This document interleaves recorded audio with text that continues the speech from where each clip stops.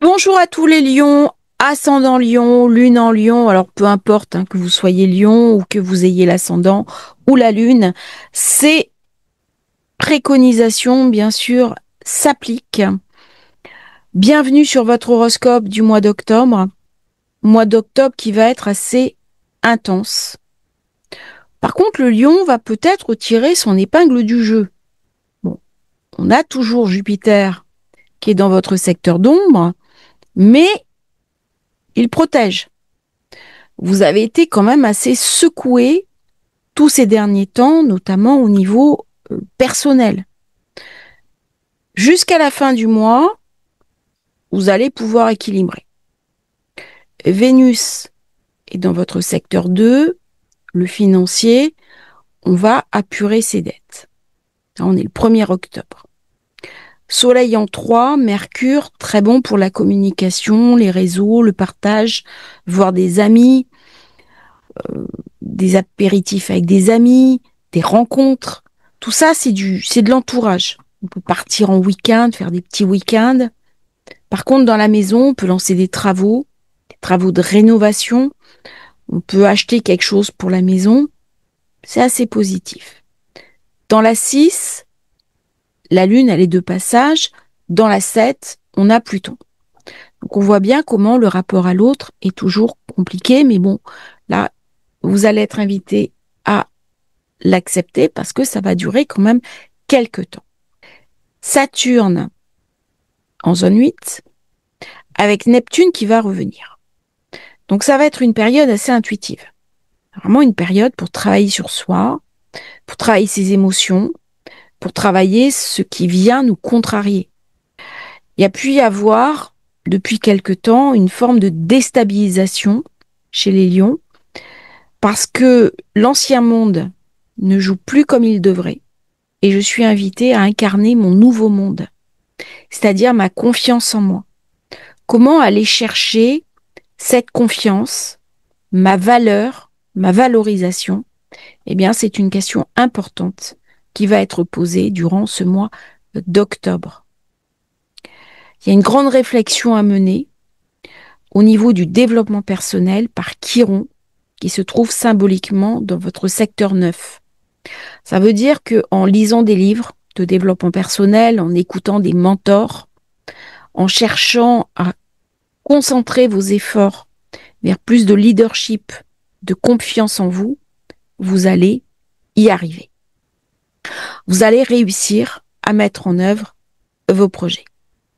4 octobre, période importante, Vénus qui arrive en conjonction au nœud sud, on est invité à solder le passé.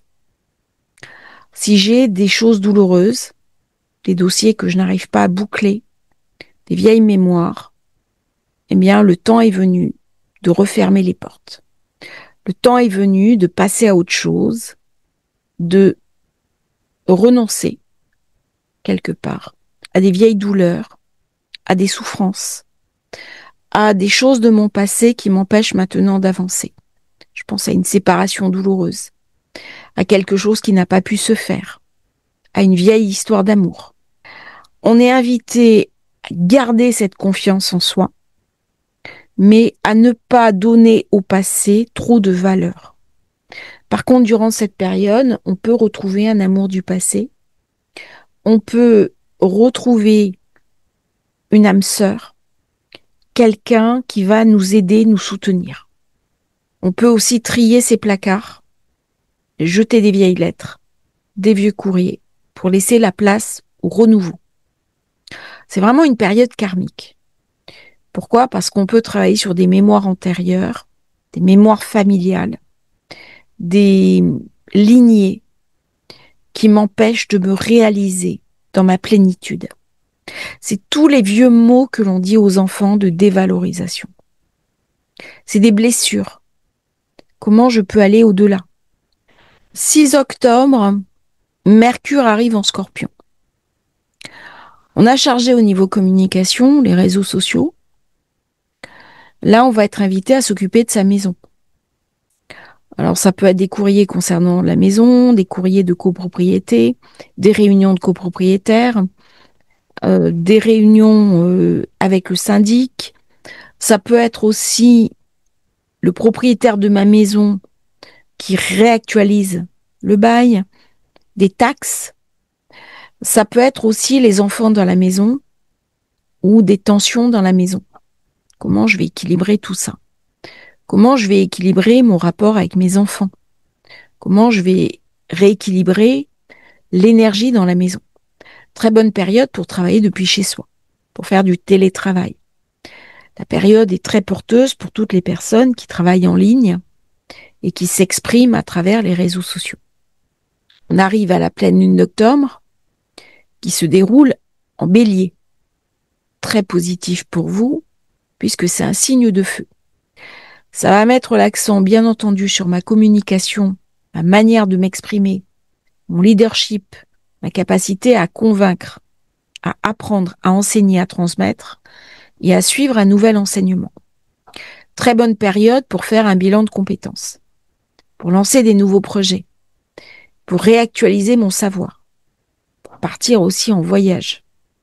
Il y a une invitation à sortir du cadre, une invitation à sortir de ma zone de confort. Le mois d'octobre va être assez intense pour tous les signes. Il va se passer des événements soudains et imprévus. Et c'est dans ma capacité à m'extraire de mes certitudes que je vais vivre des choses positives. En bélier, il y a quelque chose de très dynamique. D'autant que Mars se trouve en Scorpion. C'est la maison 4.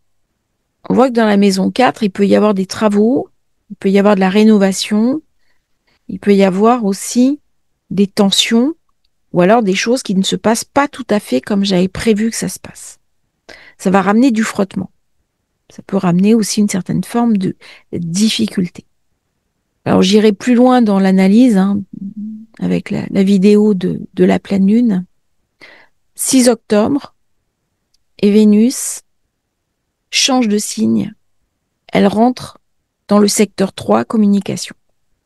Alors ça, c'est vraiment une période pour écrire, pour enseigner, pour transmettre, pour lancer son leadership, pour être présent sur les réseaux sociaux, pour réseauter, pour convaincre. Si vous n'avez pas de boulot, c'est le moment d'aller sur LinkedIn. C'est vraiment le moment pour sortir de votre zone de confort et vous rendre visible. Vous allez être très bien perçu durant cette période. Il y a quelque chose de positif de vous qui va être mis en lumière. Comment je vais me rendre visible? Comment les autres vont m'apprécier? Et c'est Vénus qui permet d'envoler le cerf-volant Saturne-Neptune, qui se trouve en zone 8 et en zone 9. Donc il y a quelque chose de très dynamique durant cette période. Comment je peux incarner ma confiance en moi?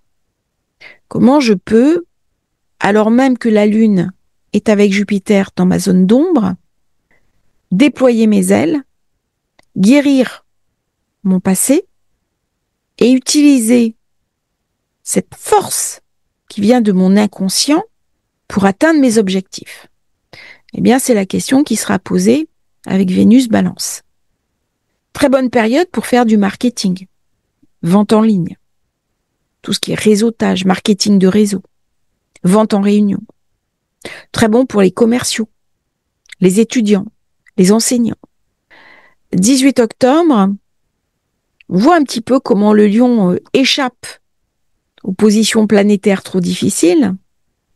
J'ai le carré Jupiter-Soleil. Pour tout le monde, ça va mettre l'accent quand même sur les finances et les tensions autour des finances. Le lion, lui, il est moyennement touché. Il est touché parce que Soleil, c'est sa planète, mais il regarde ça d'un petit peu haut. Alors bien sûr, il est invité à nettoyer ses finances. Neptune dans la zone d'ombre, dans la zone 2, pardon. Donc payer ses dettes, se mettre à jour, régler ses factures. C'est pas une bonne période pour faire des prêts, pour souscrire des prêts bancaires. Faites pas n'importe quoi dans cette période.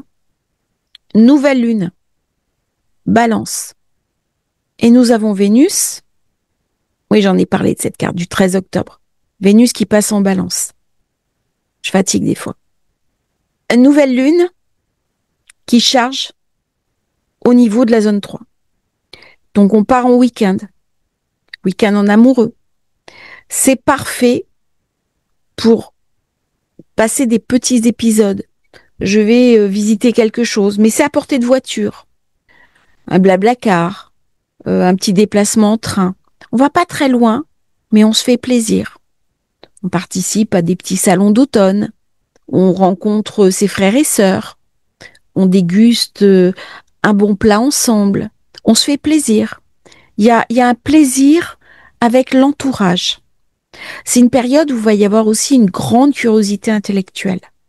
Le besoin de participer à des enseignements, de suivre des conférences. Il y a quelque chose de très cérébral, une grande curiosité intellectuelle au niveau du lion durant le mois d'octobre. Peut-être pour comprendre aussi le monde tel qu'il nous parle. Ça va être une période où on peut enseigner, où on peut commencer à transmettre, où on peut faire un bilan de compétences. On est invité à poser des actions vraiment concrètes. Et on voit bien comment Mars, Mercure, Lune noire sont ensemble. Donc ça peut déstabiliser. Parce que ça peut ramener de la dureté dans la maison, du conflit. Il y a de la friction avec nos proches. En particulier avec notre mère. Mais ça peut être aussi dans la maison, dans le foyer, dans le couple. Je peux avoir un dégât des eaux, par exemple. Je peux avoir mes toilettes qui se bouchent. Je peux avoir un problème sur ma voiture. Être obligé d'aller chez le garagiste. Je peux avoir un problème aussi au niveau de mon unité informatique. J'ai un carré Soleil, Lune avec Pluton dans votre secteur 7. Donc forcément, ça va mettre l'accent sur les tensions dans le couple. Mais aussi un renouveau dans le couple. Si on arrive à discuter, à échanger ensemble. Par contre, c'est pas une période pour rester campé sur ses positions. Comment je peux échanger avec l'autre? Comment je peux partager avec l'autre? 22 octobre, Neptune arrive dans le Poisson. On n'est plus soutenu. On est en zone 8. Alors ça peut m'amener beaucoup d'intuition, des rêves prémonitoires, mais ça peut m'amener une certaine dureté, des fantômes du passé. Il faudra faire attention au niveau financier. C'est pas une bonne période pour faire un prêt, un crédit, lancer un investissement immobilier. Durant cette période, faut faire très attention. Il peut y avoir aussi pour les lions des restrictions budgétaires. J'attends une rentrée d'argent et elle tarde à venir. Attention aussi aux illusions, notamment sur les investissements. C'est pas une bonne période pour spéculer. On peut facilement se tromper avec Neptune qui revient dans le secteur 8. C'est une période aussi où je peux avoir des pertes, où je peux avoir des choses qui quittent ma vie. Alors c'est une période par contre très intuitive pour retrouver ses dons, pour faire vivre son monde intérieur. 23 octobre, alors là on charge vraiment le Scorpion, puisque le soleil rentre dans votre secteur 4. Ça met vraiment l'accent sur les relations à la mère, à la famille d'origine, au foyer, des envies de déménager, des envies de partir. Il peut même y avoir des envies de fuir, comme si à l'intérieur, ça devenait trop contraignant. Et au moment où je dis ça, il y a un gros éclair. On a un gros orage à Malte. J'espère que ça s'est pas entendu. Comme s'il fallait appuyer sur quelque chose qui est une vigilance à avoir. Il peut y avoir beaucoup de tensions à l'intérieur de la maison. Il peut y avoir aussi des décisions à prendre en ce qui concerne la maison. Il peut y avoir des travaux sur la maison, des travaux de rénovation. Mais ça ne se passe pas exactement comme on voudrait. Attention aux factures. Attention aux artisans si vous prenez des artisans durant cette période. La lune noire ne me permet pas de m'exprimer comme je voudrais. Symboliquement, dans le secteur 4, elle vient me parler d'une douleur. Elle vient me parler d'une vieille souffrance. elle vient me parler de quelque chose qui n'est pas à ma disposition. C'est des vieilles mémoires de famille qui ont été oubliées. C'est une période idéale pour travailler sur ces mémoires familiales, pour faire du transgénérationnel, pour lire des livres, pour passer à autre chose. Le Scorpion, il ouvre. Alors en plus, j'ai eu la précédente nouvelle lune et le Soleil attendait de se jeter dans le Scorpion. Et là, il fait vraiment ce carré exact à Pluton. Ça ramène quand même, par rapport à l'autre, le foyer, la conjugalité, une difficulté. C'est-à-dire, l'autre ne veut pas rentrer dans ma maison. Ou alors, je me sépare de l'autre. Donc, on fait maison commune. On sépare les objets. Ou alors, on se met en couple très rapidement. Ou alors, il y en a un qui veut se mettre en couple et pas l'autre. Vous voyez, ça tourne beaucoup autour des thématiques. L'autre, la maison, moi vis-à-vis de l'autre, moi vis-à-vis de mon affect. Pour les lions, l'affect, c'est très important. Et j'ai remarqué que c'est souvent un domaine de leur vie qui est assez complexe. Ça correspond à l'affect. Ça correspond aussi aux enfants, le lion. Et il y a cette énergie-là qui est très compliquée. Bien sûr, en face, ça m'invite à réfléchir l'autre comme mon miroir. Le miroir de mes limites, mais aussi le miroir de mes fantômes. Alors, je m'explique. Au niveau transgénérationnel, on dit que notre compagnon ou notre compagne est aussi le reflet de nos ancêtres. Et on le retrouve d'ailleurs sur les dates, les synchronicités de dates. Donc c'est vraiment une période pour apurer quelque chose, des vieux schémas erronés de pensée par rapport à la relation, par rapport à l'autre. Et la dernière carte, Mercure dans le Sagittaire, vous permet peut-être de rencontrer quelqu'un. Très bien placé, c'est signe de feu. Et donc là, il y a peut-être des jolies choses qui peuvent se passer avec Uranus, peut-être un coup de foudre qui se profile pour le mois prochain. Je vous remercie d'avoir suivi cette vidéo. N'oubliez pas de vous abonner à la chaîne. Et si vous souhaitez rejoindre la newsletter, vous avez le lien dans la description. À bientôt pour un nouveau partage sur Astrologie Facile. Merci à tous.